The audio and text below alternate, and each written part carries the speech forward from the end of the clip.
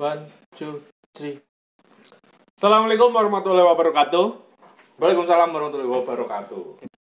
Kembali lagi bersama kami di channel kesayangan kalian, yaitu Kabut Hitam. Kabut manja. Dalam segmen obrolan horor.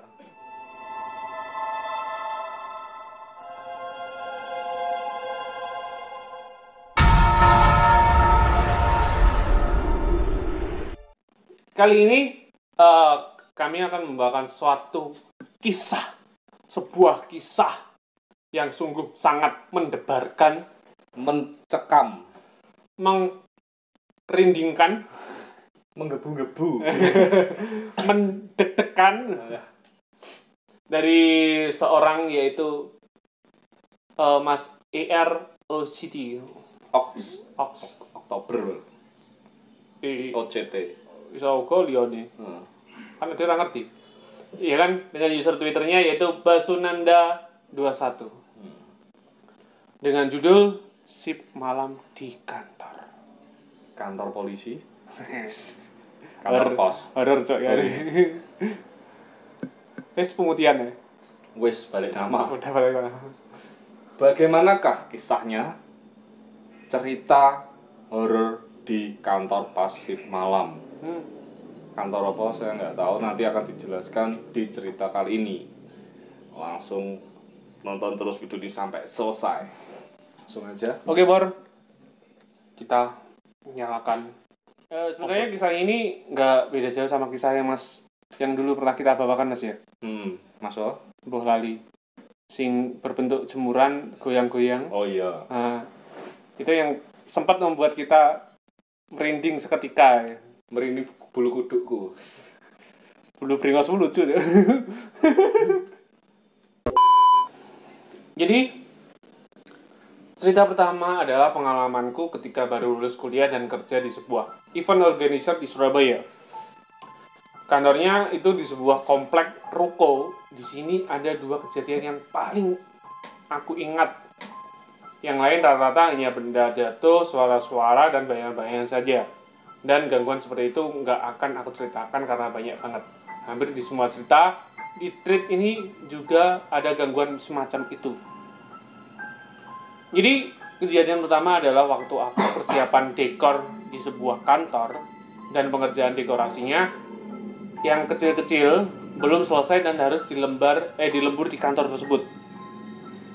Aku mengerjakan desain di depan layar komputer, sedangkan di meja besar belakangku ada Mas Samsul yang sedang memotong styrofoam. Jam sudah menunjukkan pukul 7 malam. Dan perut mulai lapar saat itu. Akhirnya Mas Samsul menawari untuk membelikan makanan. Tapi aku harus ada di kantor karena habis ini akan ada orang yang antar pesanan banner.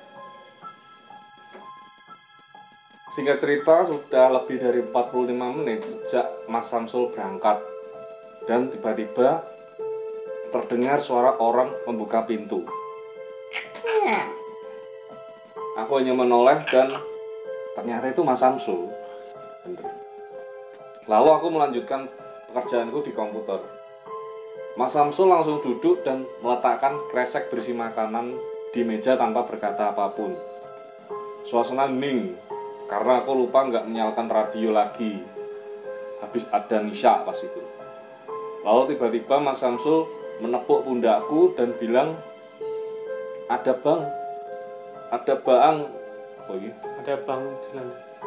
di lantai 3 yang harus diambil untuk besok.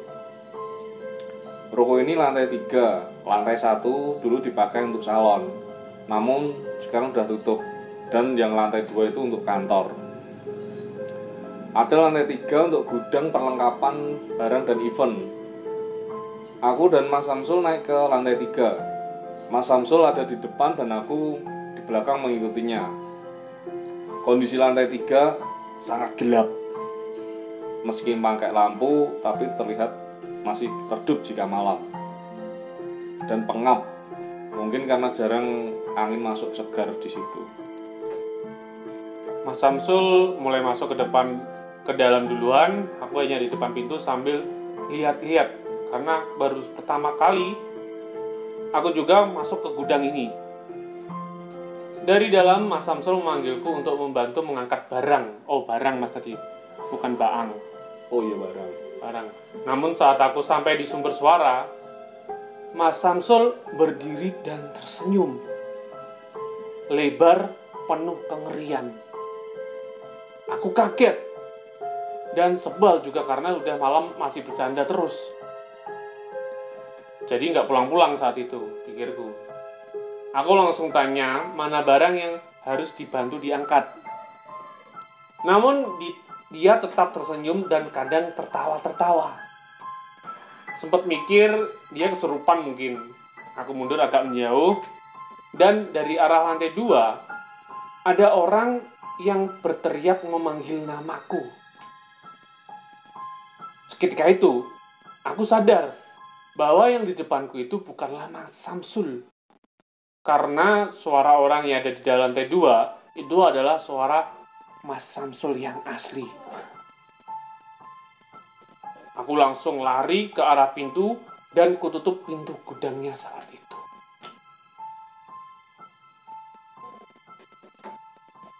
Dan waktu di lantai 2, Mas Samsul sempat agak sebal karena lantai 2 nggak ada orang. Malah naik ke gudang. Ceritalah aku tentang kejadian barusan bahwa ada yang menirunya. Awalnya dia nggak percaya karena posisi kunci gudang dia yang bawa. Namun setelah aku yakinkan, akhirnya kita berdua naik. Dan benar saja, memang pintu gudang terkunci. Namun aku minta untuk dibukakan, karena aku yakin masih ada jejak sepatuku di lantainya. Saat dibuka pintu gudang, emang bener ada jejak sepatu di lantai yang berdebu. Akhirnya Mas Samsul memutuskan untuk menelpon orang banner supaya banner diantar besok pagi aja. Dan kita beres-beres kantor.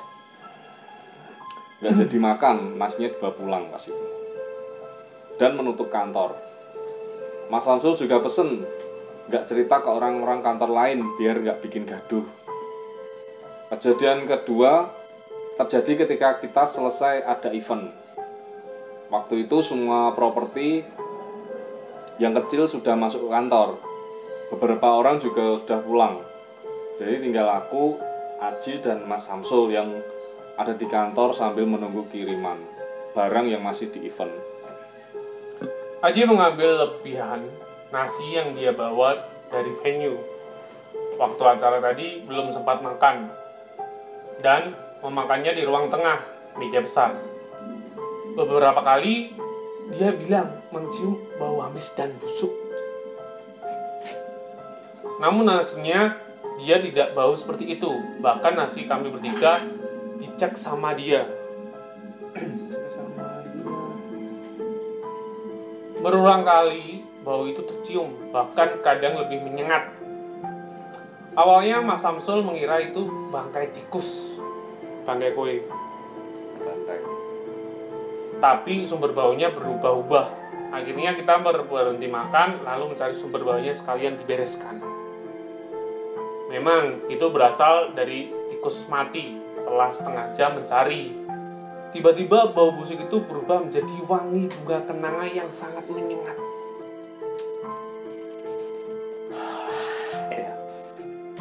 Aku yang sadar akan ada hal yang nggak beres di sini, langsung merinding dan menoleh ke arah Mas Samsul dan Aji. Jatuh cinta. Lirikan pertama. Ternyata kita semua sama, saling lirik. Suasana menjadi hening. Yang terdengar cuman mesin AC dan detik jam dinding yang menunjukkan pukul jam 12 malam lebih. Kita memutuskan untuk kembali duduk di meja besar dan sibuk main HP masing-masing sambil menunggu orang kiriman barang dari venue. Sekitar jam 12:30, pintu depan ada yang membuka.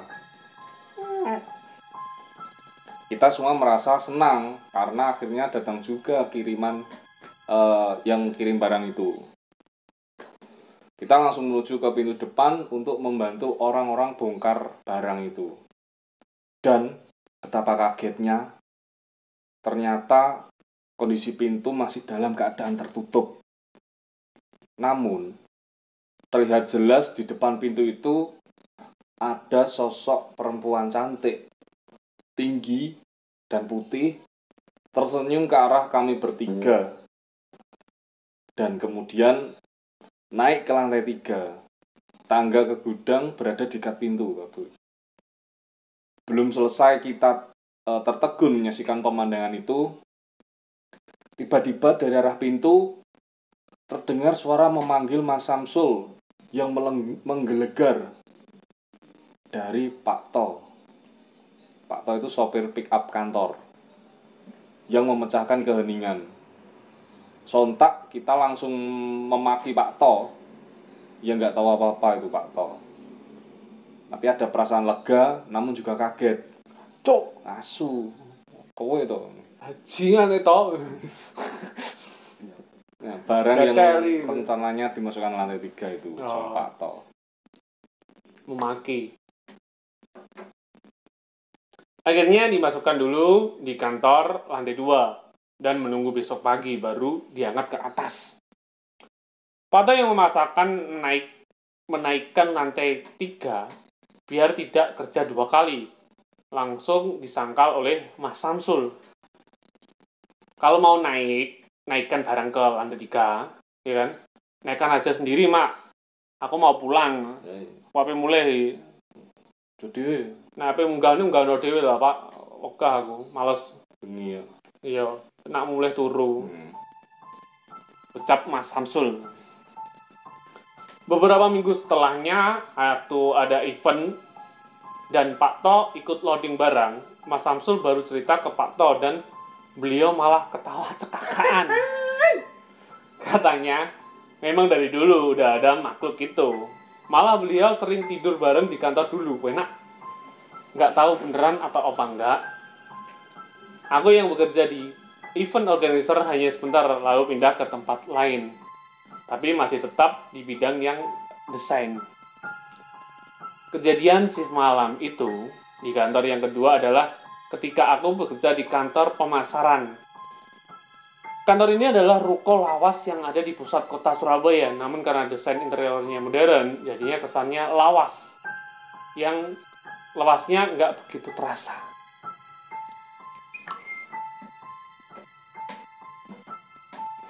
Di sini aku jarang pulang, jarang pulang malam. Kang Toyib. Nggak seperti waktu di event organizer. Paling dalam sebulan bisa dihitung 2-3 aja. Itu banyak memberikan hal-hal ngeri di sini. Coba aku jelaskan satu persatu. Di sini aku pernah ngerjain lemburan sampai jam 8 malam. Dan di situ hanya ada aku dan pemegang kantor kunci yang emang tidur di situ. Bedanya beliau di lantai 1 dan aku di lantai 2. Waktu itu lagi hujan dan deras banget, sampai ada kilat-kilat dan petir. Mejaku menghadap arah dapur dan area merokok semi outdoor. Jadi kelihatan daun-daun dari dari pohon di samping kantor. Jarak mejaku ke pintu dapur kira-kira 10 meter. Tiap ada kilatan cahaya petir, selalu terlihat bayangan di depan pintu kaca. Awalnya aku mengira hanya pantulan pohon atau apalah di depan pintu kaca. Sampai akhirnya aku yang iseng fokus lihat ke arah dapur. Dan saat ada kilatan cahaya, ternyata ada sosok perempuan bergaun bukan baju, warna putih dan membelakangi pintu. Di situ aku kaget, tapi nggak percaya. Sampai akhirnya aku kedua kalinya melihat dan ternyata benar. Kaget ejakulasi. Memang ada sosok itu di situ. Ketika itu aku langsung save semua kerjaanku sambil sesekali lihat ke arah dapur yang mana wanita itu masih ada di sana. Setelah komputerku mati, aku berjalan perlahan ke arah tangga yang ada di tengah ruang sambil tetap melihat ke arah dapur. Siapa tahu dia mengejar. Sesampainya di depan tangga, aku melihat ke arah wanita itu dan awalnya pandangan wanita itu lurus ke depan. Tiba-tiba, langsung menoleh cepat ke arahku. Tubuhku merinding dan langsung lari turun ke lantai 1. Di lantai 1 ada yang bawa kunci namanya Pak Man. Beliau langsung tanya, ketemu sama yang mana mas? Ketemu Randy mas? Karo arek sindi. Anjir. Anjay. Ternyata penghuninya bukan cuma wanita itu aja.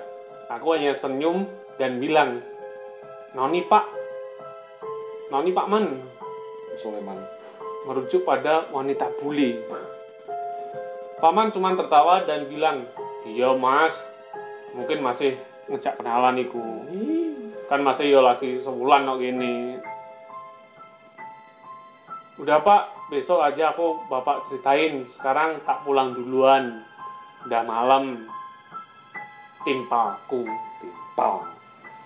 Keesokan harinya, Paman cerita beberapa hal aneh yang sering terjadi di kantor. Ada yang lucu, tapi ada yang ngeri juga. Dan setelah diceritain sama Pak Man, aku mulai paham.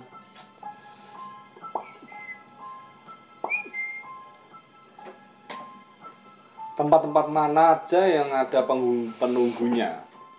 Jadi pas ada lembur, nggak zong lagi. Termasuk yang Noni tadi. Katanya selama kita nggak kecapean dan melamun, dia nggak bakal menampakkan diri. Pernah juga pada waktu itu persiapan mau pameran dan kelengkapan desain harus diselesaikan hari itu juga. Ini juga biar masuk cetak. Waktu itu aku di kantor sama 2 orang, Mas Bagus dan Pak Man. 3 orang berarti. Ya sama aku. Bagus adalah OB. Kowe ning kono. Aku Bagus. OB. Liwat barang ini. Foto. Bagus adalah OB yang kebetulan mau nemenin lembur. Karena di luar juga masih hujan. Bagus nemenin sambil main HP-nya. Dan aku menghadap layar bekerja secepat mungkin. Biar segera selesai dan cepat pulang. Di tengah aku ngerjain order dari arah dapur lagi. Terdengar seperti pintu kaca diketuk-ketuk. Awalnya pelan, cuma aku saja yang perhatikan. Namun lama-kelamaan suaranya semakin keras. Bahkan Bagus pun sempat berhenti main game dan menoleh ke arah dapur. Gus, mau lihat ke dapur kah? Bagus. Tekoke kalem. Iya. Gus, mau lihat ke dapur kah? Gak usah mas. Perasaanku kok gak enak ya. Jawab Bagus. Ya udah Gus. Ini juga kurang dikit kok. Tinggal ekspor doang, kataku. Baru selesai aku ngomong, tiba-tiba pintu dapur seperti digetarkan. Bukan karena angin, karena getarannya sangat keras. Dan kursi kayu meja makan di dapur itu sampai terpelanting. Lalu Pak Man datang ke lantai 2 gara-gara suara tadi. Aku dan Bagus cuma diam dan lihat-lihatan doang. Tapi Pak Man menyuruh kita semua untuk segera pergi. Segera selesai.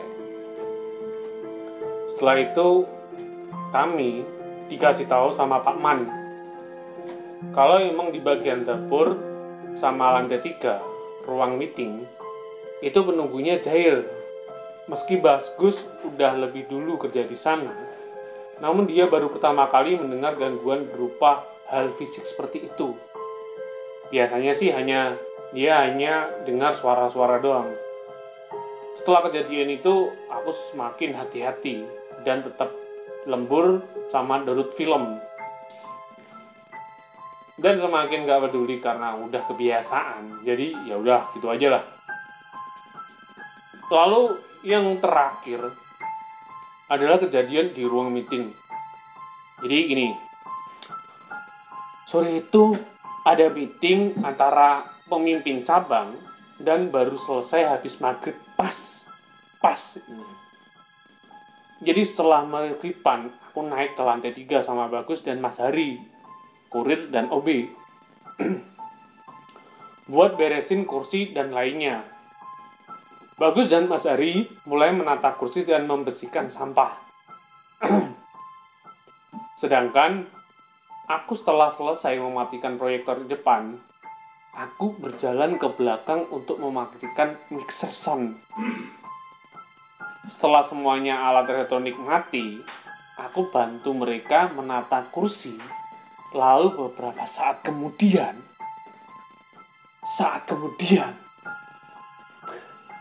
speaker depan menyala sehingga mengeluarkan bunyi dengung sesaat. Dan itu membuat kita semua terkejut. Sebelum Mas Hari dan Bagus bicara padaku, aku sudah ngomong duluan kalau aku sudah mematikan semua sound dan proyektornya. Akhirnya Bagus mematikan speaker soundnya lagi.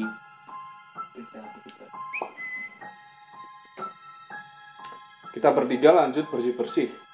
Dan selang berapa saat speaker depan bunyi lagi. Dan juga mixer soundnya. Karena kelihatan di ruang mixer lampunya kedip-kedip. Aku mematikan speakernya dan Bagus menuju ke arah ruang mixer. Namun di tengah perjalanan saat aku mematikan speaker, tiba-tiba ada suara wanita ketawa. Mic semua disimpan di ruang mixer dalam kondisi off karena aku yang beresin tadi. Sontak kita bertiga menghentikan kegiatan kita dan berusaha menyangkal suara tersebut. Namun tak lama kemudian ada suara lagi dari speaker. Suara seperti orang mendengkur.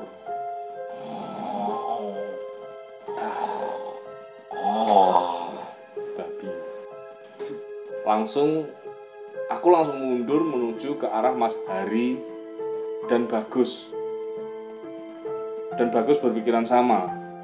Mas Hari bilang, kita bawa sampahnya keluar dan kita matikan saluran MCB lantai 3. Aku dan Bagus mengangguk. Sedangkan suara dengkuran orang itu semakin jelas dari speaker. Mas Hari lantas mematikan mic itu lantai 3 setelah aku dan Bagus turun menuju lantai 2 membawa kantong sampah. Waktu itu saat weekend, jadi Pak Man nggak tidur di kantor, Pak Soleman. Setelah dibawa, kita cuman ketawa-ketawa asam, biar nggak panik niatnya. Lalu setelah kita tutup kantor, kita menuju warkop terdekat supaya bisa ngopi untuk menghilangkan rasa gemetar. Ngopi sih, rokokan sih. Di warkop, Bagus cerita tentang pintu dapur yang diketuk dan kursi yang jatuh. Begitupun Mas Hari juga membagikan pengalamannya. Akhirnya kita ngopi sampai hampir jam 10 malam. Baru kita pulang. Setelah cerita di kantor Surabaya, kita kembali ke zaman aku masih kuliah dan ambil kerja sampingan di Malang. Di sini aku kerja dengan temanku Joni. Udah pernah dibahas di cerita sebelumnya. Yang ditawari untuk tinggal di kantor awalnya cuma Joni. Namun karena aku kalau ke Malang biasanya nginep di kosan Joni, akhirnya aku juga stay di kantor itu. Meskipun cuma sekitar 2-3 minggu stay di kantor itu, tapi ada 2 cerita yang sangat ku ingat. Langsung saja ya. Di cerita pertama terjadi setelah aku baru 3 hari menginap di sana. Pas liburan semester, sebelum aku menginap di sana, jadi sudah pindah dari kosnya dan menghuni kantor tersebut sekitar 2 minggu. Pertama sampai di sana, jadi meminta buat tidur sekamar aja. Tapi karena ada 3 kamar kosong, bahkan satu kamar ada kamar mandi dalam. Next. Akhirnya aku memilih kamar di sebelah Joni. Awalnya tidak terjadi apapun. Namun pada hari ketiga, gangguan mulai muncul dan langsung ngeri. Bagaimana tidak, waktu di kamarku, aku mendengar suara berisik dari gudang sebelah. Gudangnya sebesar kamar. Awalnya aku kira itu tikus. Tapi setelah aku dengar secara seksama, tidak ada suara seperti orang ngobrol. Ada suara seperti orang ngobrol. Aku yang takut, ada maling langsung ngechat si Joni. Cok, ini. Dan Joni Kamar, cok, wong kamar. Dan Joni cuma bales. Awal aku tidur sini aku udah Ngerasa. nyoba di beberapa kamar, termasuk kamarmu. Dan tengah malam ada suara berisik dari gudang. Namun setelah aku cek gak ada apapun. Bahkan tikus sekalipun. Ya semoga kamu cepat tidur, besok kerja lagi. Good night. Dan aku tanya maksudnya apa. Si Joni udah gak membalas. Aku yang penasaran coba ngecek ke gudang sendiri. Siapa tahu emang ada maling. Berbekal pentungan baseball hiasan di kamar, aku cek gudang itu. Ternyata benar kata adik Joni, di gudang itu nggak ada apapun. Hanya ada barang-barang aja. Aku lantas kembali ke kamar dan mencoba tidur. Namun suara itu muncul kembali. Malah seperti nambah ada 3 orang yang ngobrol. Pertama nih, Joni. 2 orang gosip. Koncone teko. Enek konco, enek bocah anyar iki. Iki mangsa iki. Terus tambah maneh. Silang gas. Enek apa? Enek mangsa iki. Wis, panganan enak iki. Rame itu. Aneh. Wah, ada yang nggak beres ini. Seperti kontrakan di Surabaya, lalu aku cek lagi di gudang dan tidak ada apapun. Sampai akhirnya 3 kali bolak-balik, namun saat terakhir aku tutup pintu gudang. Terdengar jelas ada suara orang minta tolong untuk dibukakan pintu. Seketika itu aku langsung merinding, suaranya juga sangat jelas. Dan aku berlari menuju kamar Joni, aku coba buka pintunya, dikunci, dan ku ketuk nggak ada balesan. Emang si Joni kalau tidur udah kayak mayat. Dan akhirnya aku memutuskan tidur di lantai 1 di sofa yang di ruang tamu. Besok paginya, Joni cuma ketawa dan menawarkan buat tidur sekamar doang. Akhirnya pagi itu aku pindah ke kamar Joni, tapi aku masih penasaran dengan suara dari gudang itu. Malamnya, aku coba tiduran di kamar sebelah, dan benar saja, jam 11 malam mulai terdengar suara itu lagi. Aku coba dengerin mereka ngomong apa. Mereka itu ngobrol dengan bahasa seperti bahasa Jawa, tapi aku nggak paham mereka ngomong apa. Lalu aku ngajak Joni buat cek gudang, tapi Joni nggak mau, dia malah milih buat tidur aja. Akhirnya aku sendiri yang cek gudang dengan modal tekad. Nak turu. Iya, kesalahan. Waktu di depan pintu gudang, aku masih mendengar suara mereka. Namun setelah pintu kebuka, langsung senyap dan hening. 2 kali aku bolak-balik. Dan yang terakhir pas nutup pintu, terdengar suara orang minta tolong dibukakan pintu. Lontong. Karena penasaran, Lontong balap. aku buka pintunya deh. Dan yang ada di dalamnya adalah orang dengan kaki dan tangan terikat, serta kulit wajahnya melepuh. Tanpa pikir panjang, langsung ku banting pintu gudang itu. Oh, copot sih berarti. Iya toh. Dan aku masuk ke kamar. Joni dengan entengnya bilang, makanya toh, gak usah gak usah penasaran. Jangan ulangin lagi kesalahan yang sama. Makanya toh. Jadi bocah rasa kemelinti. Intinya ngono, Cuk. Nak turu kok. Ternyata si John ini sebelumnya udah nyobain tiga kamar yang ada. Dan yang paling nyaman adalah kamar terdepan. Seminggu berlalu, waktu itu lagi nunggu makanan pesen antar. Dan setelah makanan tiba, kita berdua makan di ruang tengah lantai 2 sambil nonton film dari TV berbayar. Di tengah kita makan, Joni cerita, jadi awalnya dia tidur di kamar utama. Pikirnya udah ada TV dan kamar mandi dalam. Tapi ternyata setelah tidur 2 malam di situ, dia mendapatkan gangguan. Seperti ranjangnya itu digoyang-goyang. Kadang dia juga ketindihan. Saat Joni asik bercerita, tiba-tiba saluran TV blank. Lalu aku merasa mungkin Joni juga demikian. Kalau di belakang kita ada bayangan orang, seketika situasi hening dan terasa dingin. Kita lantas langsung menoleh ke belakang dan tidak ada apapun di sana. Belum habis makanan kita, tapi rasanya langsung kenyang saat itu karena perasaan yang nggak enak. Jadi mematikan TV dan aku membereskan sisa makanan tadi.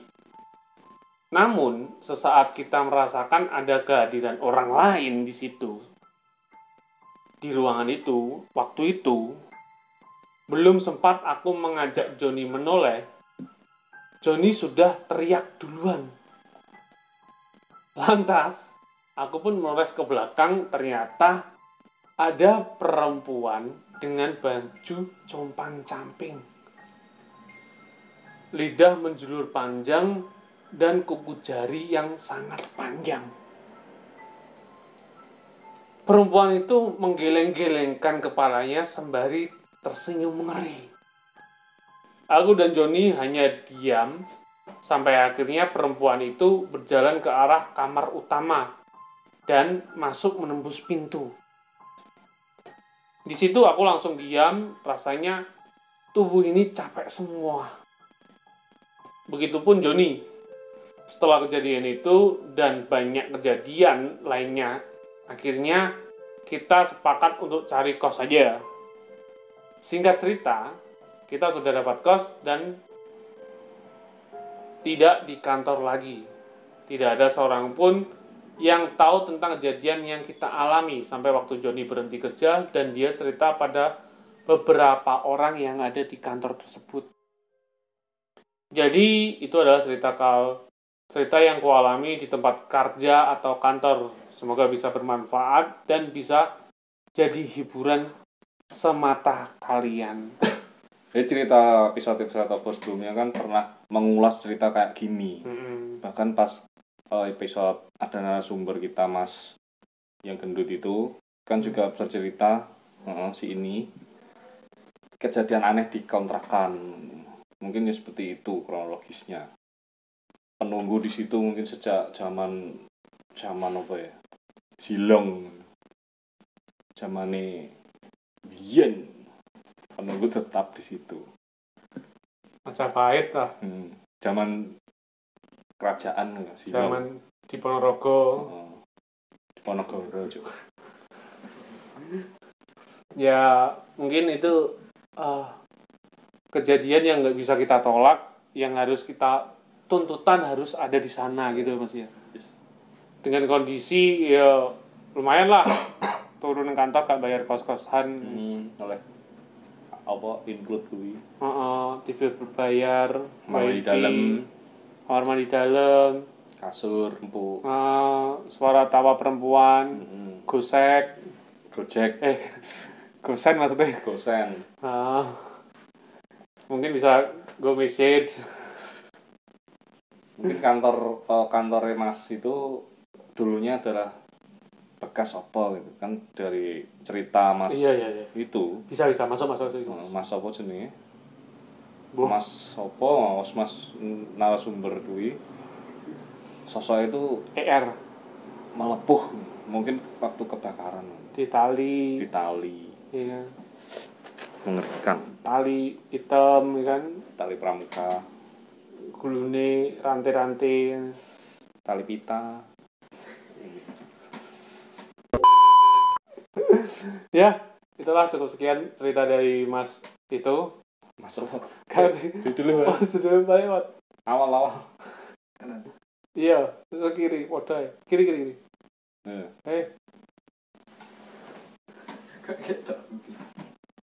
Mas Sunando. Basunanda. Kayak vokalisnya anu aja. Sama Fes. Fes apa? Vokalis band Oh. Hindi. Ya wis. India. Mas R. ER. ER. R. Ouch. Oke, cukup sekian cerita kisah kali ini. Semoga sangat menghibur, semoga bermanfaat bagi kalian. Bila ada salah kata, salah maaf, Salah kata, salah ucap, salah alamat, salah kirim, ayu ting ting. salah urat. Alah. Seleo cok. Ada ki gara-gara sekuensi taya ada ada di horor lagi. Yang penting ceritanya horor. Ya. Tapi emang konsepnya ADW kan emang awalnya emang anak tongkrong. Oke, cukup sekian. Salam-salam ya, Bu. Mengingatkan buat teman-teman obor yang punya cerita horor bisa di-share ke kami. Wis ben delok video-videonya. Padha cok. Oke, cukup sekian. Salam obor.